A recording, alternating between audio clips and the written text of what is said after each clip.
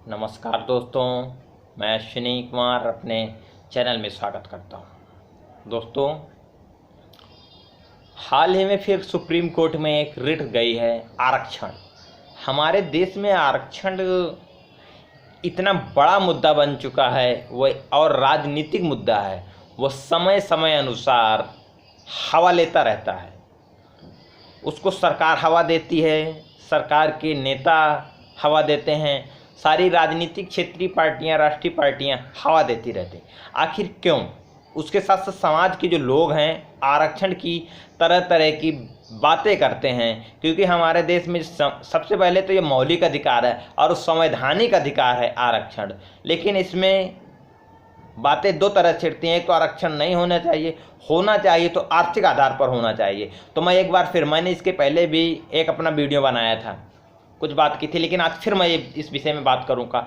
आरक्षण आर्थिक आधार पर किस प्रकार होना चाहिए और सामाजिक आधार से क्यों होना चाहिए। तो जो बहुत सारे लोग इस बात को कहते हैं कि आरक्षण जो है जातिगत है, वह निश्चित ही जातिगत नहीं है, आपको समझने की ज़रूरत है। लेकिन समाज के कुछ वर्ग के लोग हैं, उन बातों को समझते नहीं हैं या समझना नहीं चाहते हैं, या लोग उनको समझाते नहीं हैं, या लोग ये कसम खाए हुए हैं कि हम इन बातों को नहीं समझेंगे और हम अपनी ही बातों को रखेंगे। तो सबसे पहले जो ये बोलते हैं कि व्यक्तिगत जाति के लिए आरक्षण है, ये बिल्कुल गलत है। व्यक्तिगत जाति के लिए आरक्षण नहीं है, ये पिछड़ी जातियों के लिए आरक्षण है।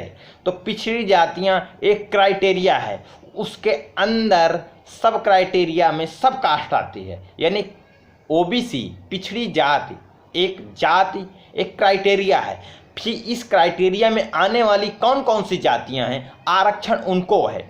तो जो लोग आरक्षण का विरोध करते हैं कि इन जातियों को आरक्षण क्यों दिया जाता है जाति के अंतर्गत, तो वह लोग आरक्षण का विरोध ना करें। उससे कहीं ज़्यादा अच्छा है कि पिछड़ी जातियों के लिए, पिछड़ी जातियों का जो क्राइटेरिया है, उस क्राइटेरिया में अपनी अगड़ी वाली जाति को पिछड़ी करा लो, आरक्षण ले लो। क्यों? बुराई इसमें क्या चीज़ है? संवैधानिक अधिकार है कि पिछड़ी जातियों, अब पिछड़ी का मतलब ये होता है वो दो तरफ से पिछड़ा हो सकता है, या तो आर्थिक पिछड़ा हो सकता है या तो सामाजिक पिछड़ा हो सकता है। तो आर्थिक आधार पर आरक्षण तब देने की बात कही जाती है कि जब व्यक्ति की जो सामाजिक असमानता है आर्थिक आधार पर हो, तो उसको आर्थिक आधार पर आरक्षण देना चाहिए। लेकिन हमारे भारत देश में जो आरक्षण है जातिगत पिछड़ी जातियों के अंतर्गत आने वाली जातियों के लिए है। इसलिए जातिगत आरक्षण है क्योंकि भारत देश में जाति के अंतर्गत ही ऊंच और नीच का प्रावधान है। यानी कोई व्यक्ति माँ की कोख से जैसे ही जन्म लेता है, वह कोख निर्भर करती है व्यक्ति ऊंची जाति का है या नीची जाति का है। तो नीची जातियों को इसलिए दिया गया है, यह शोषित, गरीब, कुचली, दलित जातियां हैं जिनको आज से 2000 साल पहले सारे अधिकारों से वंचित किया गया था। तो उन अधिकारों को आरक्षण के तहत प्रदान करने का एक संवैधानिक अधिकार है। तो आखिर उन लोग वो क्यों विरोध करते हैं? वही लोग आरक्षण का विरोध करते हैं जो लोग पिछड़ी जातियों को शूद्र बना करके, शूद्र और अति शूद्र बना करके 2000 साल पहले अपने गुलाम बना कर रखे थे। उन जातियों को गुलाम बना करके रखा था। आज उनको संवैधानिक रूप से गुलामी उनकी खत्म हो गई है, लेकिन अब वो बहुत रूप से पिछड़े हुए, आर्थिक भी पिछड़े हैं वो लोग और सामाजिक भी पिछड़े हुए हैं। लेकिन यह बोला जाता है कि इनको आर्थिक आधार पर आरक्षण दीजिए। तो आर्थिक आधार पर आरक्षण देने का मतलब यह है कि मनुष्य एक आर्थिक प्राणी है। यह लोगों की थ्योरी है, लेकिन डॉक्टर साहब बाबा भीमराव अम्बेडकर ने लिखा है कि मनुष्य एक सामाजिक प्राणी है। इस थ्योरी के कंसेप्ट को लेते हुए मनुष्य को समानता स्थापित करने के लिए सामाजिक सम्मान बहुत जरूरी होता है। लेकिन हमारे देश में अगर कोई पैसा वाला है लेकिन जाति से नीचा है, तो वो जाति का नीचा ही बोला जाता है, वो ऊंची जाति का नहीं बोला जाता। तो जब आप जातियों की असमानता स्थापित कर रखा है, तो जातिगत आरक्षण में दिक्कत नहीं होनी चाहिए। अगर आपको आर्थिक आधार पर आरक्षण की बात करनी है तो सामाजिक असमानता को मिटा देनी चाहिए। कोई किसी भी जाति का व्यक्ति नहीं होना चाहिए, कोई जाति से ऊंच नहीं होना चाहिए, कोई जाति से नीचे नहीं होनी चाहिए, तब आर्थिक आधार पर आरक्षण प्रस्ताव सही साबित होता है। लेकिन जो लोग सामाजिक आधार पर आरक्षण का विरोध करते हैं वो जातियों को ख़त्म करने के लिए बात नहीं करते हैं, सुप्रीम कोर्ट में रिट दायर करते हैं इस बात की कि आरक्षण ख़त्म कर दिया जाए। लेकिन आरक्षण ख़त्म कर दिया जाए, आर्थिक आधार पर लागू किया जाए, लेकिन वह लोगों को मैं ये बात का अनुरोध करता हूं कि आप लोग जाति आरक्षण का विरोध करते हैं लेकिन जातियों को ख़त्म करने के लिए रिट क्यों नहीं दायर करते हैं? माननीय सुप्रीम कोर्ट इस पर सुनवाई क्यों नहीं करते हैं? बताया जाता है कि अगर ऐसी रिट जाती तो उसको खारिज कर दिया जाता है। आखिर ऐसा क्यों?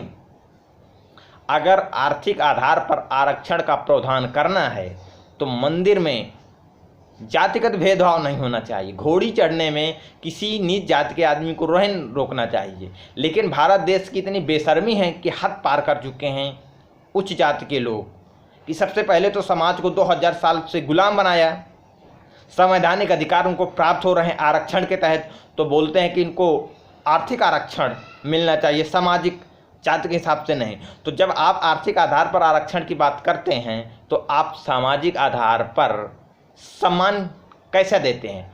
अगर एक ग्राम पंचायत का जो सरपंच होता है, ग्राम प्रधान होता है, वो नीची जाति का है और ऊंची जाति के आदमी से बहस करने लगता है, उसकी गलतियों को अवगत कराता है, तो वो ऊंची जाति के लोग यह बोलते हैं कि क्या तू तो नीची जाति का है, आज से प्रधान हो गया या विधायक हो गया, तू हमसे इतना ऊंचा बोलेगा?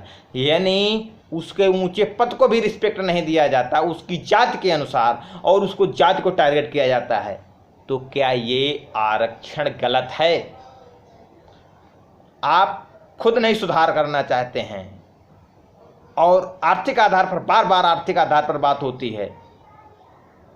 अब दूसरी बात मैं करूंगा, प्रतिनिधित्व। प्रतिनिधित्व यह होता है कि जनसंख्या के अनुसार प्रतिनिधित्व दिया जाता है, यानी कि आरक्षण के साथ साथ जनसंख्या प्रतिनिधित्व निर्भर करता है कि किस प्रकार कौन किस वर्ग किस जाति के लोग किस संख्या में है, उनको उनका उसके अनुसार वहाँ पर प्रतिनिधित्व मिलना चाहिए।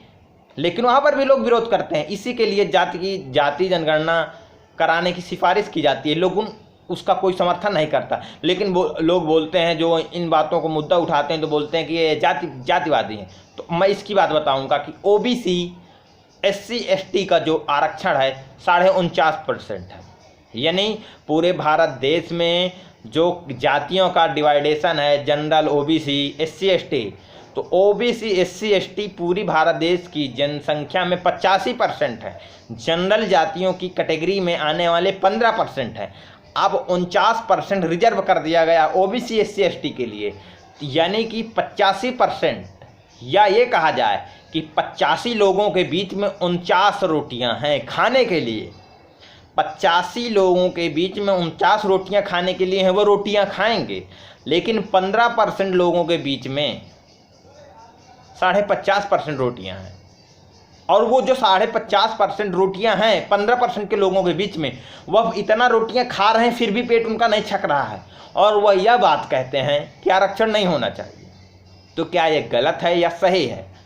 प्रतिनिधित्व संख्या के अनुसार जिनका ज़्यादा है उनको अधिकार कम प्राप्त हो रहे हैं, उनका विभागों में प्रतिनिधित्व कम है, जो संख्या में ज़्यादा हैं उनका प्रतिनिधित्व ज़्यादा प्राप्त हो रहा है। आखिर ऐसा क्यों? क्या ये गलत नहीं हो रहा है कि जो संख्या में कम है वो लोग प्रतिनिधित्व में ज़्यादा हैं, जो संख्या में ज़्यादा है उनका प्रतिनिधित्व कम है? ये अनुपात क्यों नहीं बराबर बैठ रहा? यह अनुपात इसीलिए नहीं बराबर बैठता कि पिछड़े लोग पिछड़े ही हैं, वो सामाजिक और आर्थिक रूप से पिछड़े हैं, वो अपने आप को आगे नहीं आ पा रहे, वो अपनी संख्या को कन्वर्ट नहीं कर पा रहे आपके, लेकिन आप लोग उनसे ज़्यादा हक और अधिकार खा रहे हैं, लेकिन और आप ही को दिक्कत होती। आखिर ऐसा क्यों? ऐसे सामाजिक परिवर्तन नहीं हो सकता है। यह सामाजिक ईर्षा द्वेष भावना है। सबसे पहले तो जातीय असमानता की भावना है, उसके बाद ऑलरेडी ज़्यादा खा रहे हैं फिर भी आपको दिक्कत है, उसके बाद जो न्यायपालिका में बैठा हुआ न्यायाधीश है वो कोलिजियम प्रणाली के द्वारा जाता है। कोलिजियम एक व्यक्तिगत एक विशेष जाति का व्यक्तियों का समूह है जो असंवैधानिक है, वो वहाँ लोग आरक्षण के बाद विरोध करते हैं, आरक्षण पर फैसला देते हैं। आरक्षण से बैठा हुआ न्यायाधीश आरक्षण में फैसला क्यों दे रहा है, यह भी एक सवाल है। कोलिजियम प्रणाली में वह अपने मन मुताबिक न्यायाधीश बनते हैं, जातिगत आधार पर न्यायाधीश बन करके जातिगत आरक्षण का विरोध करना कितना न्याय संगत है, यह मेरे कमेंट बॉक्स में आप बताएं। और मैं दोस्तों अपील करता हूं कि मानव सभ्यता का बहुत विकास हो चुका है, मर्यादित शब्दों का प्रयोग करते हुए अपनी प्रतिक्रिया देने की कोशिश करें और पुख्ता प्रमाणों के साथ अपनी बातों को किसी के सामने पेश करने की कोशिश करें, बहुत अच्छी बात होगी। धन्यवाद। जय भारत, जय संविधान, जय विज्ञान।